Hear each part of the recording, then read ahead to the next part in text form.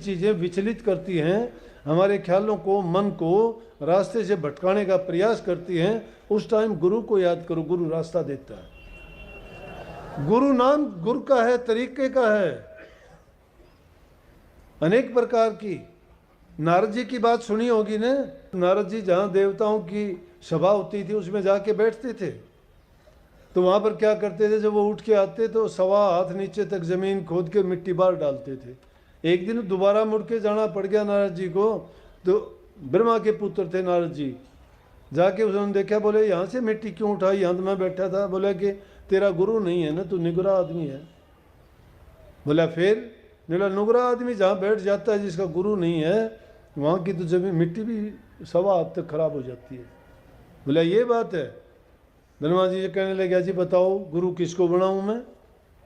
बोला भाई गुरु का तू सोच। बोला ना आप बताओ। बोला नगरी के जब दरवाजे होते थे कि नगर का जब दरवाज़ा खुले सबसे पहले जो मिले उसी को गुरु बना लेना। ठीक है। सुबह सुबह उठ के गया, जाके दरवाज़ा खोला, देखेगा मछियारा आ रहा। बोला कि इसको क्या गुरु बनाऊँ, ये तो मच्छी पकड़ने वाला है, लेकिन हुक्म उन्हें गुरु बना लिया। कालू कीरा नाम था, झीमर था, मच्छी पकड़ने वाला उसका धंधा था, गुरु बना लिया।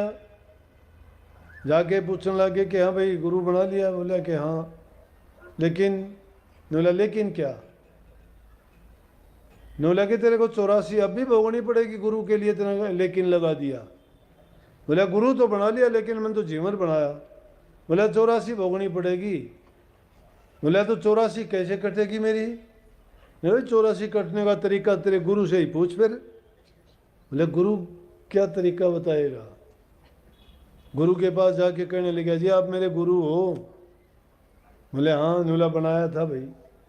न्यूला अब यूँ बताओ, मन तो फिर भी यूँ कहा कि तेने जो 84 भोगनी पड़ेगी, क्योंकि मैं आपके प्रति जो है अभाव ले आया। जब भाव किसी चीज़ का नहीं मिलता तो गिरावट आ जाती है। बोले गुरु के प्रति अभाव आया तो बहुत बुरा है भाई। बोला जी मैं तो अभाव ले आया, इसलिए मुझे हुक्म ये हुआ है कि मुझे 84 में ही जाना पड़ेगा। बोले आप मेरा 84 काटने का आप तरीका बताओ, आप गुरु हो, गुरु को क्या पता? गुरु कहने लगा भाई 84 काटने का तरीका बता दूंगा। बोला क्या? बोला जाके यूँ कह दिए कि जी 84 लाख योनि पे मांड के बता दो कितनी होती हैं। बोला अच्छा। बोला 84 जब बना देने तो उनके ऊपर लौट जाइए सब पर, और लौट के न कह देना कि ये ले जी सारी भोग ली मैंने। गया ब्रह्मा जी के पास, बोला जी उनको याद को नहीं कि 84 लाख कितनी होती है योनि, आप उनकी सब की तस्वीर बना दो, पता लग जाएगा। बोले अच्छा। ब्रह्मा जी ने बनाई, उनके ऊपर लौटने लगे। बोले क्या करता है? बोला 84 लाख योनि भोगता हूँ। बोला अरे यो तरीका किसने बताया? बोला गुरु ने बताया। बोला है ना तेरा गुरु पूरा? इसलिए गुरु उनको तरीका बताता है, लेकिन गुरु को मानते कहाँ? गुरु से ज़्यादा तो हम खुद समझदार हैं। गुरु के बोलने से पहले हम बोलते हैं, जानते हैं, समझते हैं। नहीं, इंसान ज्ञान से कभी भरपूर नहीं होता। और जो अगर तुम्हारा यकीन पक्का है तो एकलव्य ने तो पत्थर की मूर्ति बना ली थी, गुरु द्रोण की प्रतिमा बना के सबसे अच्छा धनुषधारी दुनिया का बना।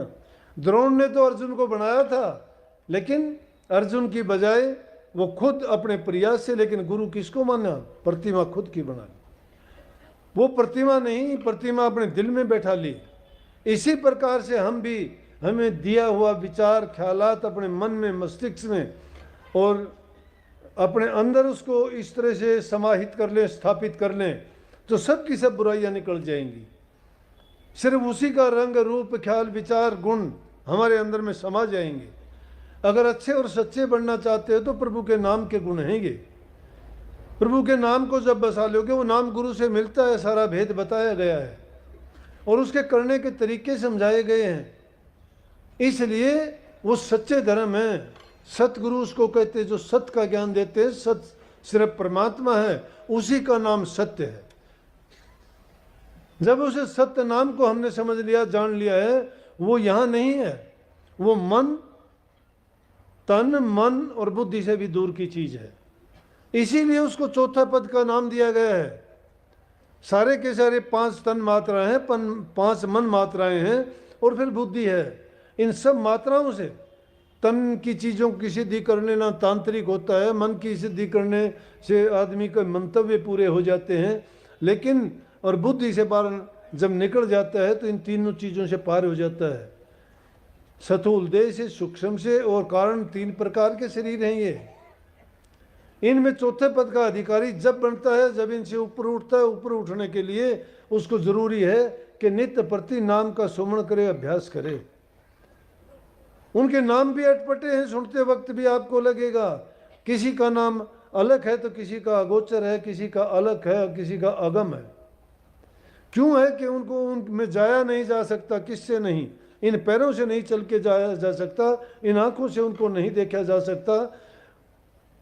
तो इसीलिए महात्माओं ने कहा, चले बिन पैर सुन बिन काना, कर बिन काम कर विधि नाना, अनन रहित सकल रस भोगी, बिन रस न वक्ता बड़े योगी।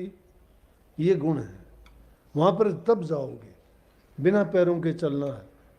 अपने सिख गुरुओं ने ग्रंथ में लिखा है, आँखी बांझों देखना, कानों बांझी सुनना, बिन पैरों चलना, बिन हथों करना, नानक इहो जीवित मरना, तब खसम पाना। उस खसम ने जब पाओगे, वो कसम है पूरी दुनिया का, उसको वो हमारा परम पिता, परम पूज्य परमात्मा, सर्वकर्ता धर्ता हरता, उसको प्राप्त करना है। तो बिना पैरों का रास्ता है वो मंजिल ऐसी है। बिना आंखों के वहां देखना है, बिना हाथों के काम करना है। इनकी जरूरत ही नहीं है। इसलिए उसको प्राप्त करने के लिए 3 चीज यही काम आएंगी। पहला होगा नाम का सुमरण, दूसरा होगा गुरु के रूप का ध्यान, और तीसरा होगा उसके शब्द का सुनना, भजन। भजन नाम का शब्द का सुनना है।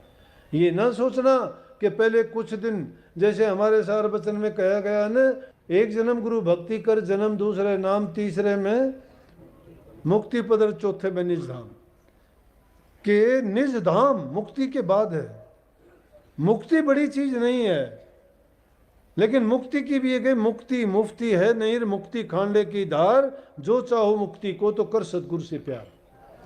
लेकिन हमारे संत मत तो कहता है कि मुक्ति भी नहीं, मुक्ति से ऊपर है। सीधी बात कही हमारे ग्रंथों में तो लिख दिया, मुक्ति की नीचा मन में भक्ति प्यारी लाग।